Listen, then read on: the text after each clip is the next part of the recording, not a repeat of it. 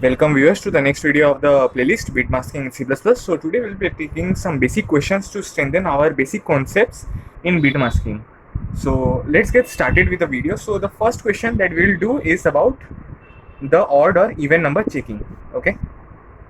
So what was the general scenario with which we checked if a number is even or odd? So we just took a number as input, and then we just check that if the number modulus 2 equals to 1, then we will print odd, else we'll print that it is even. Okay, but what we had seen in our previous video, that whenever we are doing the modulus operator, the time complexity is O of n cube, which means that if the number is very large, then the time complexity will be very huge, but we always want some shorter time in which the program executes. So we'll obviously use the bitwise operator to do our program of order even. Okay, so let's first see how what are the observations we can make to do this even or odd number. Okay, so I'm writing some decimal numbers 1 2 3 4 5 6, and now I'm converting them to binary to make some observations. Okay, now if you have seen my previous video again, then you have seen that how I have converted a decimal number to a binary number with the help of shortcut.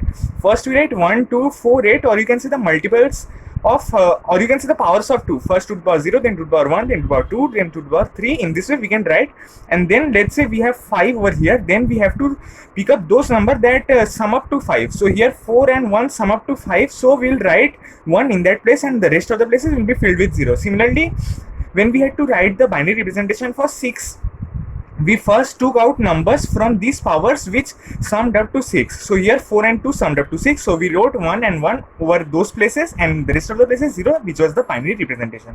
Okay, so in the similar way I will be also writing the binary representation over here. So I'll write 1 2 4 8, and this was how much? 2 to the power 3, so next will be 2 to the power 4, which is 16. Okay, so now what sums up to 1 itself, so we'll write 1 over here, and the rest of the places we'll write 0. Remember, there are 32 bits, so we'll be writing only till the leftmost one. Okay, so what makes up 2? Just 2 will make up 2, so we'll write 1 0 over here, 1 2 3 4 5, and what makes up 3? 2 plus 1 makes up 3, so 1 1 again. Then what makes up 4? 4 itself makes up 4, so we'll write over here 1, and then the rest of the places I'll fill up with 0.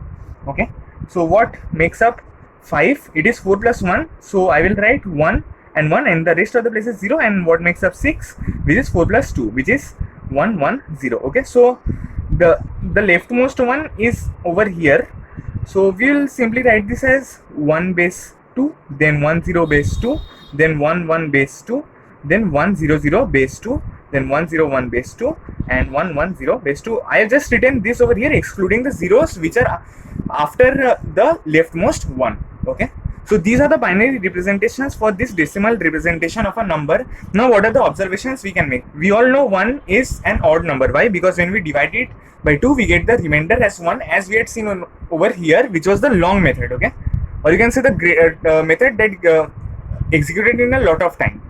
So here what is the observation we make? That whenever the number is odd, if you notice that whenever the number is odd, like when it is 1, when it is 3, and when it is 5, it is ending with 1. Okay, it is ending with 1. So what we can conclude is that whenever a number is odd, we can say that it ends with 1, which is another odd number. Okay, and when the number is even, like 2 4 and 6, then it ends with 0 over here. So with the help of this observation, we can simply do our program. Okay, but before that, what we will have to do to extract this last digit of this binary representation of this decimal number. Okay, so what so here also we have to do another observation. Okay, so what observation? If you see in this AND over here, in this AND table over here, what we are seeing is that whenever there is a 1 in either of these numbers, in either A or B, and when we AND it with the other number, okay, so whenever we AND one number, for example 0 with 1, it gives the number itself. Okay, so we will AND 0 with 1, it gives 1. We will AND 1 with 1, it will give 1. So number and 1 equals to the number itself. Okay, So it is crystal clear from this table's observation that to get the last digit we will simply need to do AND 1.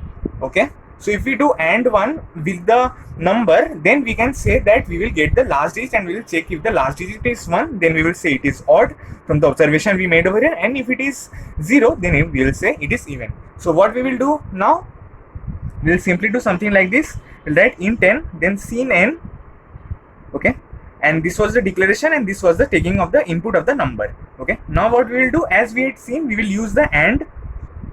We'll write if n and 1 equals to 1, then we will see out that the number is odd.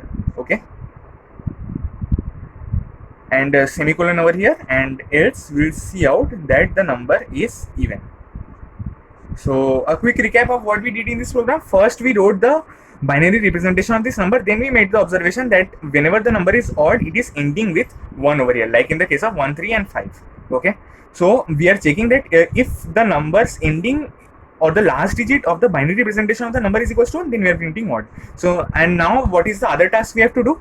The other task is to extract the last digit. So to extract the last digit, we saw in the AND table that whenever we have a number and we AND it with 1, it gives us the number itself. Okay, so if we AND this last digit with 1, we will get 1. So if we'll AND this last digit with 0 with 1, we'll get 0. Okay, so whichever is the last digit, we'll get it by ANDing it with 1, and we'll check that if it is equals to 1, then not, else we'll print that it is even because it is equals to 0. And in if else, there is this syntax that if I had just written if n and 1 and not written this equals to 1, then also this program will have executed. Why? Because by default it checks that whenever there is no equals to 1 sign, by default it will check that if it is equals to 1 or not, which means if I had simply written if n and 1, then also it would have worked. Coming to the second part of the video, we will take up another question where we will use the bitwise operators. Okay, so the question given to us is that there will be an array of numbers where most of the numbers apart from one number will be present even number of times, and one of the numbers will be present odd number of times, and we have to find out that number. For example, the array will be something like this: 1, 1, 2, 2, and then 3, 3, and then 4. So 1 is present 2 times, 2 is present 4 times, and 3 is present 2 times, and 4 is present 1 time. So we will have to find out this number where it will be present odd number of times. Okay, so again, to do this program, we will take some observations from the previous table that we had learned in the first video of this playlist. So one of the observations is that if we focus on this XOR table, okay, if we XOR a number with itself, then the output is always 0. If we XORed 0 with 0, output was 0. If we XORed 1 with 1, then the output was 1. Okay, and another observation that we can take from over here is that if we XOR any number with 0, then the output is 1. Okay, so there are two observations: XOR a number with itself, output is 0, and XOR a number with 0, then the output is that number itself. So these are the two things that we need to keep in mind, and we will do this program. Okay, so if we XOR this 1 with itself, the output will be 0. Then XOR this 2 with all this 2, if we XOR, then the output will be 0.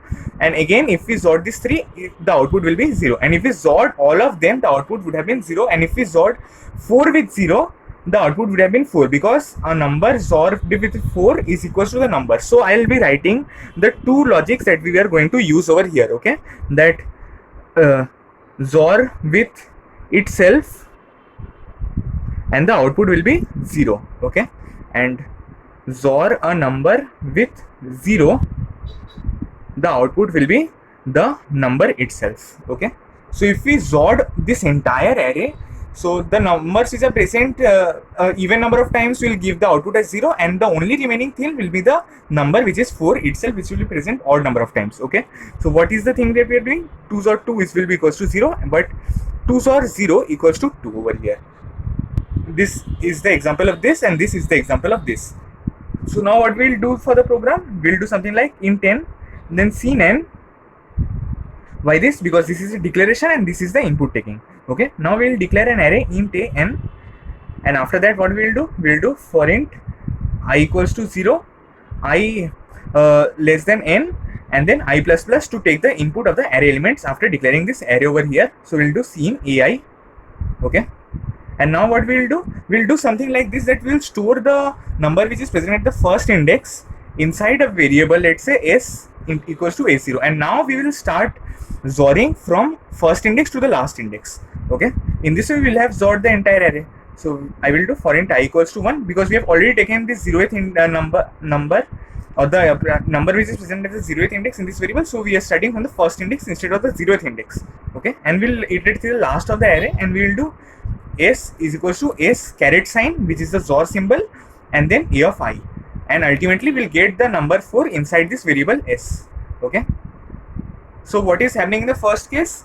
In s we are storing 1 over here because it is present as 0th index. So now when I is equals to 1, we are getting s is equals to s XOR a1. So what is a of 1, which is 1? So what is 1 XOR 1? It is again XOR with itself, so the output becomes 0. S is now 0. Okay, now it is I is incremented by 1 to 2.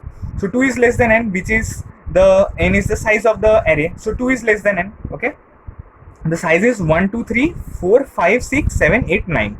Okay, so 2 is less than 9, and after that what is present in s? 0, because 1 XOR 1 was 0. Okay, so now what is s XOR ai, which is 0 XOR a of 2. What is a of 2? 2. Okay, 0 XOR 2 is 2, but what is happening in the next case? When I is becoming 3 over here and a of 3 is becoming 2, then what is happening to 2 XOR 2? It is becoming 0 again. Okay, so similarly s will become 2 over here, then again 0 over here, then again 3 over here, then again 0 over here, and ultimately it will be 4, and it will give us the output as 4 over here. So okay, so this was the program where the array elements are present even number of times apart from one element which is present odd number of times. And how to do that? We'll XOR the entire array to get the output inside the variable s. Okay, so this was all about the video. I hope you have no doubts, and if you have any doubts, do ask in the comments.